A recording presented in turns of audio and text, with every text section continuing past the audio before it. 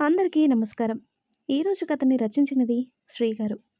అంజయ్ బాధగా చూస్తూ కిచెన్లో ఉన్న కీర్తి దగ్గరికొచ్చాడు. ఏంటి అంజయ్ గారు, ఏమైనా కావాలా? "ఉహుం, ఏం వద్దు మేడం." వాయిస్ ఏంటి అంత డల్గా ఉంది? అంతా ఓకేనా? ఏం ఓకే మేడం. మీరేమో ఆయన కోసం వస్తే వంట పని చేయిస్తున్నారు. ఇదేంటని సార్ని అడిగితే ఒక్క మాట మాట్లాడలేదు తెలుసా అంటాడు అంజయ్. పర్లేదులేండి, ఇక్కడ పరిస్థితి తెలుసు కదా. వాడేమైనా మాట్లాడితే ఇంట్లో వాళ్ళకి డౌట్ రావచ్చు. కొన్ని రోజులేగా, అడ్జస్ట్ అవుతాను అంటుంది.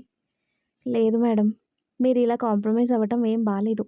అసలు మీరెవరు అంటూ అంజి అరిచేసరికి అయోమయంగా అతని వైపు చూసింది. కీర్తి, ది ఫైర్ బ్రాండ్. మాటలతోనూ తిట్లతోనూ చెంపదెబ్బలతోనూ బగబగ మండిపోయే మీలో ఈ సాఫ్ట్ కార్నర్ అస్సలు మ్యాచ్ కాలేదు అంటాడు. అంజయ్ ఆవేశంగా చెబుతుంటే కీర్తి నడుం మీద చేయి పెట్టుకుని అతని వైపు ఒక లుక్ ఇచ్చింది. ఏంటి మేడం అలా చూస్తున్నారు? నువ్వు నన్ను తిడుతున్నావో పొగుడుతున్నావో అర్థం కాక అంటుంది. అయ్యో కాదు మేడం, మీలో ఉన్న ఫైర్ని మీకు గుర్తు చేస్తున్నా. మీ గురించి మీకు తెలీదు. మీలో ఉన్న ఫైర్తో ఏదైనా తగలబెట్టేయొచ్చు తెలుసా. తిరగబడండి, వెళ్ళి రాజ్ సార్ని నిలదీయండి అంటాడు అంజీ. రేయ్, నువ్వు నా కొంప తగలబెట్టకురా అంటూ రాజు మాటలు వినిపించేసరికి పక్కకి చూశారు ఇద్దరు. రాజు కనిపించేసరికి అంజీ పిచ్చి నవ్వులు నవ్వుతూ, అంటే సార్, మేడంకి సపోర్ట్ ఇస్తున్నా అంటాడు. నువ్వు దానికి సపోర్ట్ ఇవ్వటం లేదు, రెచ్చగొడుతున్నావు. దానికి నాకు గొడవలు పెట్టి ఇంట్లో చిచ్చు పెట్టాలని చూస్తున్నావా? అయ్యో సార్, నేనేం అలా అనుకోలేదు. ఏదో కీర్తి మేడం కష్టం చూడలేక అంటాడు అంజీ. అంత కష్టపడాల్సిన అవసరం లేదులే కీర్తి, నువ్వేం పని చేయాల్సిన అవసరం లేదు. కేవలం నా భోజనం వరకు సిద్ధం చేయి చాలు. మరి మీ అమ్మగారు వంట చేయమన్నారుగా, నేను వద్దంటున్నాగా. వదిలే ప్రణయ్, అనవసరంగా చిన్న విషయాన్ని పెద్ద చేయటం ఎందుకు? నేను వంట చేసేస్తాను అంటుంది కీర్తి. వద్దని చెప్పాను కదా, కాదని చేశావో ఊరుకొని చెప్తున్నా అంటూ ఛాయ రావటం గమనించి హాల్లోకి వచ్చి కూర్చున్నాడు రాజ్. కీర్తి కంగారుగా అంజి వైపు చూసింది. వద్దని సార్ చెప్పారు కదా మేడం, వదిలేయండి అంటాడు. కానీ ఫుడ్ రెడీ కాలేదని అడిగితే ఏం చెప్పాలి అంటుంది కీర్తి. ఆయన ఏదో ప్లాన్ చేసుకునే ఉంటారులేండి, మీరు రాజ్ సార్ కోసం మాత్రమే వండండి చాలు అంటూ అంజీ కూడా బయటికి వచ్చేశాడు. కీర్తి ఏంటో అనుకుంటూ రాజ్ కోసం వెజిటేబుల్ సూప్ చేసే పనిలో పడింది. ఛాయ హాల్లోకి వచ్చి కూర్చుంటూ రాజ్ వైపు చూసింది. ఏంటి నాన్న కిందకొచ్చావు, రెస్ట్ తీసుకుపోయావా అంటుంది. ఇప్పటి వరకు తీసుకున్నానులేను మామ్, ఏం తోచకే ఇలా వచ్చాను అంటాడు. హో సరేలే, లంచ్ టైం అవుతుంది. ఈ అమ్మాయి వంట రెడీ చేసిందా లేదా అంటూ స్వప్న అని పిలిచేసరికి కీర్తి బయటకు వచ్చింది. ఫుడ్ రెడీ అయిందా? అది మేడం. ఏంటి, వంట అయిందా లేదా అంటే సమాధానం చెప్పవు? లేదు మామ్, నేనే చేయొద్దని చెప్పాను అంటాడు రాజ్. ఎందుకు నాన్న? రాజ్ ఆవిడ వైపు చూస్తూ, తను నా కేర్ టేకర్గా వచ్చింది, వంట మనిషిగా కాదు. తనతో ఇలాంటివన్నీ చేయించావనుకో, విసుగు వచ్చి ఈ జాబ్ వద్దు ఏమొద్దు అని వదిలేసిపోతుంది. ఆ తర్వాత నా పనులన్నీ నువ్వే చేయాల్సి వస్తుంది. పర్లేదా అని రాజు అడిగేసరికి బిగ్గ మొహం వేసింది ఆవిడ. అంజీ తనలో తానే నవ్వుకుంటూ, ఎక్కడ నొక్కాలో అక్కడే నొక్కారు. ఇక చచ్చినా కీర్తి మేడంకి ఏ పని చెప్పదు ఈవిడ అనుకుంటాడు అంజీ. చెప్పు మామ్. "ఆ, వద్దులే, వంటదే ఉంది, బయట నుంచి ఏదైనా ఆర్డర్ చేయొచ్చు. ఇదిగో అమ్మాయి, నువ్వు ఈ పనులేమీ చేయనవసరం లేదు, రాజుని చూసుకో చాలు అంటుంది ఛాయ. సరే మేడం అంటూ కీర్తి కిచెన్లోకి వెళ్ళిపోయింది. రాజ్ అంజీ వైపు చూసి నవ్వుతూ కళ్ళెగిరేశాడు. మీరు సూపర్ సార్ అంటూ సైగ చేసి, మేడం ఫుడ్ ఆర్డర్ పెట్టమంటారా అని అడిగాడు అంజీ. హా, ఆ పని చేయి అంజీ, రాసి వచ్చేసరికి ఫుడ్ రెడీగా ఉండాలి సరేనా అంటూ ఏదో ఫోన్ రావటంతో పక్కకు వెళ్ళిపోయింది ఆవిడ. సీఎం కూడా ఇంత బిజీగా ఉండడు, ఈవిడ మాత్రం ఓ ఫోన్లు మాట్లాడుతూనే ఉంటుంది అనుకుంటూ ఫుడ్ ఆర్డర్ పెడుతూ కీర్తి దగ్గరికి వచ్చాడు అంజీ. మేడం, మీకేం కావాలో చెప్పండి, ఆర్డర్ పెడతాను. నాకేం వద్దు అంజీ గారు, ఇవాళ నేనేమీ తినను. అదేంటి? ప్రణయ్కి త్వరగా నయం కావాలని 9 శనివారాలు ఉపవాసం ఉంటానని ఆ వెంకటేశ్వర స్వామికి మొక్కుకున్నా. ఇవాళ రాత్రి వరకు నేనేమీ తినను, మీకు పెట్టుకోండి అంటుంది. ఆహా, మీదెంత మంచి మనసు మేడం, ఆయనతో పాటు మీరు కూడా చల్లగా ఉండాలని కోరుకుంటున్నా అంటాడు అంజి. కీర్తి నవ్వేసరికి అంజి కూడా నవ్వుతూ బయటికి వెళ్ళిపోయాడు. రాజ్ కోసం సూప్ చేసుకుని గదిలోకి తీసుకొచ్చింది. తను గదిలోకి రాగానే డోర్ లాక్ చేసి వెనక నుంచి తనని హత్తుకున్నాడు రాజ్. ఏం చేస్తున్నావు? ఎవరైనా చూస్తారు. No problem. డాడీ ఆఫీస్లో బిజీ, మామ్ ఫోన్లో బిజీ. మీ మరదలు కూడా ఇంట్లో ఉంది, మర్చిపోయావా? నువ్వు కాస్త రికవర్ అయ్యే వరకు బుద్ధిగా ఉండు అంటూ రాజ్ని కసిరి అతని నుంచి దూరం జరుగుతూ డోర్ ఓపెన్ చేసి పెట్టింది. రాజ్ నవ్వుకుంటూ అక్కడే సోఫాలో కూలబడ్డాడు. స్పూన్తో తీసి నోటితో గాలుదుతూ అతని నోటికి అందిస్తుంటే అదే అమృతంలా ఆస్వాదిస్తూ తింటున్నాడు. రోజూ ఈ జావేనా? ఏదైనా స్పెషల్ చేయొచ్చు కదా అంటాడు. ఇప్పుడు నీకు సులభంగా అరిగే ఆహారమే ఇవ్వమని డాక్టర్ చెప్పారు. గాయం మానితే నీకు నచ్చినవన్నీ చేసి పెడతాను, కానీ అప్పటి వరకు అడ్జస్ట్ అవ్వు అంటుంది. సరేలే, తప్పుతుందా అంటూ ఆ జావ తాగేసి కీర్తి ఇచ్చిన మెడిసిన్ వేసుకుని బెడ్ మీద వాలాడు. మందుల ప్రభావంతో అతని కంటికి నిద్రాదేవి ఆవహించడంతో కీర్తి అక్కడి నుంచి బయటకు వచ్చేసింది. తను మెట్లు దిగుతూ ఉండగా రాశి ఫోన్ చూసుకుంటూ పైకి రావడం గమనించి, మేడం, సార్ నిద్రపోతున్నారు, డిస్టర్బ్ చేయొద్దు అని చెప్పింది. దాంతో తను కిందికి వెళ్ళిపోయింది. ఫుడ్ రావడంతో ఇంట్లో అందరూ భోజనం చేసి ఎవరి పనుల్లో వాళ్ళు మునిగిపోయారు. కీర్తికి మాత్రం ఏమీ తోచక అలా బయట గార్డెన్లోకి వచ్చి కూర్చుంది. అప్పుడే అంజయ్ ఒక పెద్ద బ్యాగ్ తీసుకొచ్చి తన చేతిలో పెట్టాడు. ఏంటివి అంటుంది. సార్ మీకోసం డ్రెస్సెస్ తీసుకున్నారు మేడం అంటూ రాజ్కి ఫోన్ కలిపి తన చేతికిచ్చాడు. కీర్తి అయోమయంగా చూస్తూనే ఫోన్ చెవి దగ్గర పెట్టుకుంది. అవి నీకోసమే అంటాడు. ఇప్పుడు ఎందుకు ఇవన్నీ? వచ్చినప్పటి నుంచి ఆ 2 డ్రెస్సులే మార్చి మార్చి వేసుకుంటున్నావు. ఇంకా ఎందుకని అడుగుతావేంటే? మూసుకొని తీసుకో అంటాడు రాజ్. అంటే నిన్ను చూసి వెళ్ళిపోదామనుకొని 2 డ్రెస్సెసే తెచ్చుకున్నా.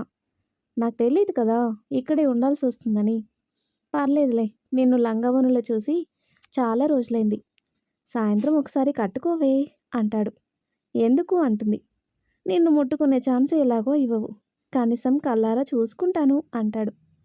కీర్తి నవ్వుకుంటూ సరే అంటూ ఫోన్ కట్ చేసి అంజి చేతికిచ్చింది. అంజయ్య ఆ బ్యాగ్ తీసుకొని వెళ్ళి తన గదిలో పెట్టాడు. వెనకే కీర్తి కూడా వచ్చింది. మేడం, మీకేమైనా కావాలంటే నన్ను అడగండి, నేను చేసి పెడతాను. మీరేం మొహమాట పడద్దు, సరేనా? సరే అంజీ గారు, థ్యాంక్ యూ అని తను చెప్పడంతో అంజీ నవ్వుతూ బయటికి వెళ్ళిపోయాడు. సాయంత్రం స్నానం చేసి రాజ్ పంపించిన డ్రెస్ వేసుకుని గుడికి బయలుదేరింది కీర్తి. నడుచుకుంటూ వెళ్తున్న తనకి రోడ్డు పక్కన పువ్వులు కనిపించేసరికి 2 మూరల మల్లెపూలు తీసుకొని తలలో పెట్టుకుంది. వెంకటేశ్వర స్వామి గుడి కొద్ది దూరంలోనే ఉండటంతో నడుచుకుంటూనే గుడి దగ్గరికి చేరుకుంది. దేవుడికి నమస్కరించి గుడి చుట్టూ ప్రదక్షిణలు చేస్తూ తిరుగుతుండగా సడన్గా పిల్లలు ఆడుకుంటూ ఢీకొట్టడంతో కింద పడిపోతూ ఉంటే వెనకే 2 చేతులు తనని ఆపాయి. రిలాక్స్ అవుతూ సరిగ్గా నిలబడి వెనక్కి తిరిగి చూసింది. ఒక అబ్బాయి నవ్వుతూ తనని చూస్తూ కనిపించాడు. అతనికి థ్యాంక్స్ చెప్పి మళ్ళీ ప్రదక్షిణలు మొదలుపెట్టింది తను. అతను వెనక్కి తిరుగుతూ తనతో పాటు ప్రదక్షిణలు పూర్తి చేసి దేవుడి ముందుకు వచ్చాడు. రాజ్ పేరు మీద అర్చన చేయించి హారతి తీసుకొచ్చి ఒక స్తంభం దగ్గర కూర్చుంది కీర్తి. అతను తన వైపు చూస్తూనే కొద్ది దూరంలో కూర్చున్నాడు. కానీ కీర్తి అతన్ని పట్టించుకోలేదు. అంతలోనే వేరే ఎవరో వచ్చి అతని భుజం మీద చేయేసేసరికి ఉలిక్కిపడి పక్కకి చూశాడు. ఉఫ్, రాకేష్ నువ్వా? మరెవరనుకున్నావు? అది సరే, ఇక్కడేం చేస్తున్నావు నువ్వు? దేవుడి దర్శనం కోసం వస్తే దేవత దర్శనం ఇచ్చిందిలే. హా, ఏమంటున్నావురా? నీకు చెల్లెల్ని సెట్ చేసే పనిలో ఉన్నారా? నీకు పెళ్ళాన్ని ఎత్తుక్కుంటున్నానని ఏడు. ఇంతకీ ఎవరు? తనే, చాలా బాగుంది కదా అంటూ కీర్తి వైపు చూపించాడు. కీర్తిని చూడగానే షాక్ అయ్యాడు రాకేష్. ఈ అమ్మాయి ఇక్కడుందేంటి అనుకుంటూ కీర్తి బయటికి నడవటంతో పక్కనే ఉన్న తన ఫ్రెండ్ని రారా అంటూ బయటికి నడిచాడు. రోడ్డు మీద కారులో స్లోగా తన వెనకే వస్తూ తనని వెంబడిస్తున్న రాకేష్ని అయోమయంగా చూస్తున్నాడు అతను. తను నడుచుకుంటూనే రాజ్ ఇంటి లోపలికి వెళ్ళిపోయేసరికి, హో, అంటే వీడు తనని ఇంట్లోనే తెచ్చిపెట్టుకున్నాడన్నమాట. కత్తిపోటు పడినా బ్రతికిపోయావురా. నీకింకా భూమి మీద నూకలున్నట్టున్నాయి. ఈసారి నిన్ను చంపటం కాదు, అంతకు మించి ఏదైనా చేయాలి అని ఆలోచిస్తూ ఉంటాడు రాకేష్. తనలో తానే మాట్లాడుకుంటున్న రాకేష్ని చూసి, రేయ్, ఏమైంది? నీకు ఆ అమ్మాయి ముందే తెలుసా? "హ్మ్, తెలుసు." "తెలుసా? అయితే నాకు పరిచయం చేయరా?" "రేయ్, తన మీద మరీ అన్ని ఆశలు పెట్టుకోకు. అక్కడ ఆల్రెడీ ఒకడు తగులుకున్నాడు." "హా? అంటే ఆ అమ్మాయి కూడా లవ్ చేస్తుందా? లేకపోతే వాడి కోసం ఇంత దూరం వచ్చి వాడింట్లోనే ఎలా ఉంటుందనుకుంటున్నావు?" "ఎవడ్రా వాడు?" "ఆ, నా బామ్మర్ది." "అదేంటి? నేను కదా నీ బామ్మర్దిని. మధ్యలో వీడెవడు?" "రేయ్, నీకిప్పుడు ఇవన్నీ వివరించలేను. ఆ పిల్ల మీద ఆశలు పెట్టుకోకు. ఆ రాజుగాడు ఆల్రెడీ అన్నీ కానిచ్చేసుంటాడు" అంటాడు రాకేష్. "హ్మ్. నచ్చక నచ్చక ఒక అమ్మాయి నచ్చితే ఇలా అయిందేంటి? సరేలే, ఇంటికి పోనివ్వు." సరే అంటూ కార్‌ని వెనక్కి తిప్పాడు రాకేష్. డ్రైవ్ చేస్తూ ఇంటికి చేరుకున్న తర్వాత కార్ పార్క్ చేసి లోపలికి నడిచారు. డిసౌజా ఫోన్ మాట్లాడుతూ కనిపించేసరికి అతను నవ్వుతూ దగ్గరికి వెళ్ళి కాళ్ళకి నమస్కరించాడు. "అరే, నువ్వెప్పుడొచ్చావురా?" అంటూ ప్రేమగా అతని భుజాలు పట్టుకుని అడిగాడు డిసౌజా. "నిన్ననే వచ్చాను మావయ్య. ఎలా ఉన్నారు?" "ఫైన్. నువ్వెలా ఉన్నావు? అమ్మ బానే ఉంది కదా?" "అందరూ బాగున్నారు. అమ్మ మిమ్మల్ని ఒకసారి ఇంటికి రమ్మంది మావయ్య. వీలు చూసుకొని వస్తాలే" అంటూ నవ్వుతూ పక్కకి చూసిన డిసౌజాకి రాకేష్ ఏదో దీర్ఘంగా ఆలోచిస్తూ కనిపించాడు. "సరే పృథ్వీ, నువ్వు రిలాక్స్ అవ్వు. డిన్నర్ చేసి వెళ్దువు గాని, సరేనా?" "ఓకే మామయ్య" అంటూ పక్కనే ఉన్న గదిలోకి వెళ్ళాడు అతను. డిసౌజా రాకేష్ దగ్గరికొచ్చి, "ఏమైంది నాన్న?" అని అడిగేసరికి, "ప్రతిసారి ఓడిపోతున్నాను పెదనాన్న" అంటూ పిడికిలి బిగించాడు. డిసౌజా రాకేష్ని అక్కడే సోఫాలో కూర్చోబెట్టి పక్కనే కూర్చున్నాడు. "చూడు రాకేష్, శత్రువుని దెబ్బతీయాలంటే చంపాల్సిన అవసరమే లేదు. అంతకు మించిన శిక్ష కూడా వేయొచ్చు. రాజుని చంపడానికి ప్రయత్నించి ప్రతిసారి మనం ఓడిపోతూనే ఉన్నాం. సో, ఈసారి వాడిని చంపడానికి కాదు, ఏం చేస్తే వాళ్ళని దెబ్బతీయగలమో ఆలోచించాలి. శత్రువుని గెలవలేనప్పుడు మానసికంగా కృంగదీసి ఓడించగలం నాన్నా. నువ్వు ఆలోచించు, ఏదో ఒక దారి దొరుకుతుంది." "సరే పెదనాన్న, పృథ్వీ ఇక్కడే కంపెనీ స్టార్ట్ చేయాలని చూస్తున్నాడు. నా హెల్ప్ అడిగాడు. ముందు వాడి పని చూసి ఆ తర్వాత ఈ రాజుగారి గురించి ఆలోచిస్తాను అంటాడు. దాని గురించి నువ్వేం ఆలోచించకు. పృథ్వీ కంపెనీ కావాల్సిన ఏర్పాట్లన్నీ నేను చూసుకుంటాను. ఆల్రెడీ ప్లేస్ చూశాను. రేపు వాటిని తీసుకెళ్ళి మీరు కూడా ఆ ప్లేస్ చూసిరండి. ఓకే అంటే మిగతా ఏర్పాట్లన్నీ చిటికెల్లో చేయిస్తా" అంటాడు డిసౌజా. "సరే పెద్దనాన్న." ఆ తర్వాత కట్ చేస్తే రాజ్ ఫోన్ కెలుకుతూ కమ్మటి మల్లెల వాసన గుబాలించేసరికి తలెత్తి చూశాడు. అతని కళ్ళు ఆల్చిప్పల్లా విచ్చుకున్నాయి. లంగా ఒనిలో జడ నిండుగా అల్లుకొని మల్లెలు తురిమి అచ్చమైన తెలుగంధం కళ్ళ ముందు నడుచుకుంటూ వస్తుంటే రాజుగుండె జారిపోయింది. అతని చూపులు గమనిస్తూనే కీర్తి దగ్గరికొచ్చి నుదుటి మీద కుంకుమద్దింది. "మరీ అలా తినేసేలా చూడకురా" అంటూ అతని ఎదురుగా కూర్చుంది. "నువ్విలా నా హార్ట్ బీట్ పెంచేస్తే కష్టం బంగారం. చూడు ఎంత ఫాస్ట్గా కొట్టుకుంటుందో" అంటూ తన చేతిని అతని గుండెల మీద ఆనించాడు. కీర్తి నవ్వుతూ తన చేతిని వెనక్కి తీసుకుంది. "నువ్వేగా చూడాలనుంది కట్టుకో అన్నావు, తిరిగి నన్నే అంటున్నావా?" అంటూ ప్రసాదం తీసి అతని కళ్ళకద్ది నోట్లో పెట్టింది. "ఏంటిది?" అంటాడు. "ప్రసాదం. నీ పేరు మీద అర్చన చేయించాను. గుడికి వెళ్ళావా? కుంకుమ పెట్టినప్పుడు అడగాల్సిన ప్రశ్న ఇది" అంటుంది. "ఒంటరిగా ఎందుకెళ్ళావు? నాకు చెబితే అంజని తోడు పంపించేవాడిని కదా." "ఆయనేదో పని మీద బయటికి వెళ్ళారు. అయినా ఏమైంది? గుడి పక్కనే కదా." "సరేలే, ఇంకెప్పుడు నాకు చెప్పకుండా బయటికెళ్ళొద్దు." "ఏంటి, అప్పుడే కండిషన్స్ పెట్టడం మొదలు పెట్టావా? అంటే నీ పర్మిషన్ లేకుండా నేనేం చేయకూడదా?"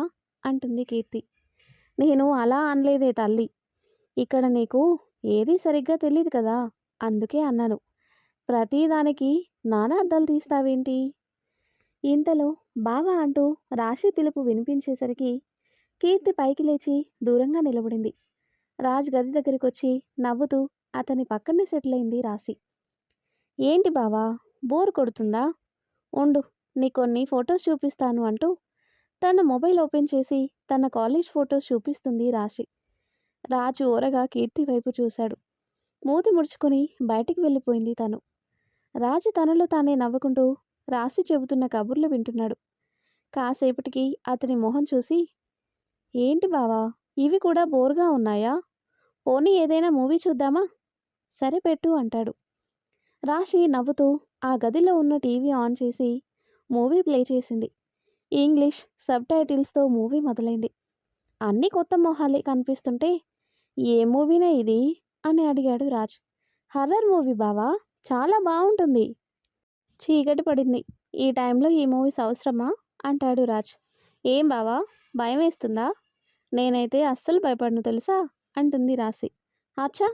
సరే చూడు" అంటూ టీవీ వైపు చూశాడు. మొదట్లో నార్మల్‌గానే ఉన్నా, ఒక పావుగంటకి అసలు సినిమా మొదలయ్యేసరికి రాశిలో భయం మొదలయ్యి రాజ్‌కి దగ్గరగా జరిగి కూర్చుంది. రాజ్ నవ్వుకుంటూ తననే గమనిస్తున్నాడు. అందులో దయ్యం కనిపించినప్పుడల్లా వింత వింత ఎక్స్‌ప్రెషన్స్ ఇస్తుంది తను. మూవీ ఎండింగ్‌కొచ్చేసరికి మరీ భయంకరంగా ఉంది. దాంతో రాశి గట్టిగా అరుస్తూ రాజ్‌ని హత్తుకుపోయింది. అప్పుడే రాజ్‌కి భోజనం తీసుకొనొస్తున్న కీర్తి ఆ సీన్ చూసి కోపంగా గది బయటే నిలబడిపోయింది. "భయపడను అన్నావు కదే! వాళ్ళకంటే గట్టిగా అరుస్తున్నావు" అంటూ రిమోట్ తీసి టీవీ ఆఫ్ చేశాడు రాజ్. "వామ్మో! ఇంత భయంకరంగా ఉంటుందనుకోలేదు బావా" అంటుంది. రాజ్ తనని చూసి నవ్వుతూ డౌటొచ్చి డోర్ వైపు చూశాడు. కీర్తి కోపంగా చూస్తూ కనిపించింది. "సరేలే ఇక చూసింది చాలు గాని వెళ్ళి భోజనం చెయ్యి" అంటూ రాశిని పంపించేశాడు. తను బయటికి వెళ్ళిన తర్వాత కీర్తి లోపలికొచ్చి భోజనం ప్లేట్ అతని చేతిలో పెట్టింది. "ఇదేంటి నా చేతిలో పెట్టావు? రోజు నువ్వే తినిపిస్తున్నావు కదా" అంటాడు. "రోజులన్నీ ఒకేలా ఉండవు కదా, మారుతూ ఉంటాయి. తమరిప్పుడు బానే ఉన్నారుగా, తినండి" అంటుంది. "ఇప్పుడు ఏమైంది?" "ఆ, మీ మరదలతో తమరి ఆటలు చూసి కడుపు నిండిపోయింది. అన్నం తినాల్సిన అవసరం కూడా లేదు" అంటుంది కీర్తి. రాజు ప్లేట్ పక్కన పెట్టి లేచి నిలబడుతూ కీర్తిని దగ్గరికి తీసుకున్నాడు. "తను మూవీ చూసి భయపడి నన్ను పట్టుకుంది. నేనేం దాన్ని పట్టుకోలేదు. అలా కోపగించుకోకు బంగారం." "కోపగించుకున్నా ఉపయోగం ఏముంది? అసలు నా లైఫ్ ఎటుపోతుందో నాకే అర్థం కావటం లేదు" అంటుంది కీర్తి. "కొన్ని రోజులు ఓపిక పట్టు. అన్నింటికీ పరిష్కారం దొరుకుతుంది. అండ్ రాశి విషయంలో నువ్వు ఫీల్ అవ్వాల్సిన అవసరమే లేదు. నేను దాన్నెప్పుడూ ఆ దృష్టితో చూడలేదు. చూడను కూడా. ఓకే" అంటాడు రాజ్. "బయట చేయాల్సిన వెధవ పనులన్నీ చేసేసి ఇప్పుడు శబదాలు చేస్తే మాత్రం ఉపయోగం ఏంటి?" అంటుంది కీర్తి. "ఉఫ్, నువ్వెక్కడ దొరికావే నాకు" అంటాడు. "సరేలే, టైం అవుతుంది. మందులేసుకోవాలి కదా, భోజనం చెయ్యి. నువ్వు తినిపిస్తేనే తింటాను" అంటాడు. కీర్తి అతని వైపు చూస్తూనే బెడ్ మీద కూర్చోబెట్టి ప్లేట్ తీసుకుంది. తాను అన్నం కలిపి నోటి దగ్గర పెడితే మృదువుగా తన వేళ్ళని ముద్దాడుతూ తింటున్నాడు. అతని చేష్టలకి నవ్వొస్తున్నా, నవ్వితే అతన్ని ఆపడం కష్టమని మొహంలో సీరియస్నెస్ మెయింటైన్ చేస్తూనే అతనికి అన్నం తినిపించింది. ఆ తర్వాత మందులేసి బయటికి వెళ్తుంటే తన చెయ్యి పట్టుకున్నాడు రాజ్. "కాసేపు కూర్చో కీర్తి" అంటాడు. "లేదు, ఇంట్లో అందరూ ఉన్నారు. వాళ్ళకి డౌట్ వస్తే కష్టం కదా, నువ్వు పడుకో" అంటూ అతన్ని బెడ్ మీద పడుకోబెట్టి బయటికి వెళ్ళిపోయింది కీర్తి. కీర్తి అక్కడికొచ్చి 2 వారాలు గడిచిపోయింది. రాజ్‌కి కూడా గాయం తగ్గడంతో లేచి తిరగలుగుతున్నాడు. కానీ వాళ్ళ నాన్న మాత్రం అతన్ని బయటికి వెళ్ళనీయటం లేదు. కీర్తి ఉంది కాబట్టి ఆగిపోయాడు గానీ, లేదంటే ఈ పాటికి చెప్పా పెట్టకుండా వెళ్ళిపోయేవాడే. రాజు తన పట్ల చూపించే చనువు ఇంట్లో వాళ్ళ కంటపడకుండా జాగ్రత్త పడుతూనే ఉంది కీర్తి. దానికి తోడు రాశి అస్తమానం రాజ్ దగ్గరే ఉండటం తనలో మరింత భయాన్ని కలిగిస్తుంది. ఆ విషయం రాజ్‌కి అర్థమవుతూనే ఉంది. మరి ఆ తర్వాత ఏం జరుగుతుందో నెక్స్ట్ వీడియోలో తెలుసుకుందాం. ఎంతో ఇంట్రెస్టింగ్‌గా ఉండే ఈ స్టోరీ నెక్స్ట్ పార్ట్స్ కోసం ఈ వీడియో లైక్ చేసి మన ఛానల్‌ని తప్పకుండా సబ్స్క్రైబ్ చేయండి. Thanks for watching.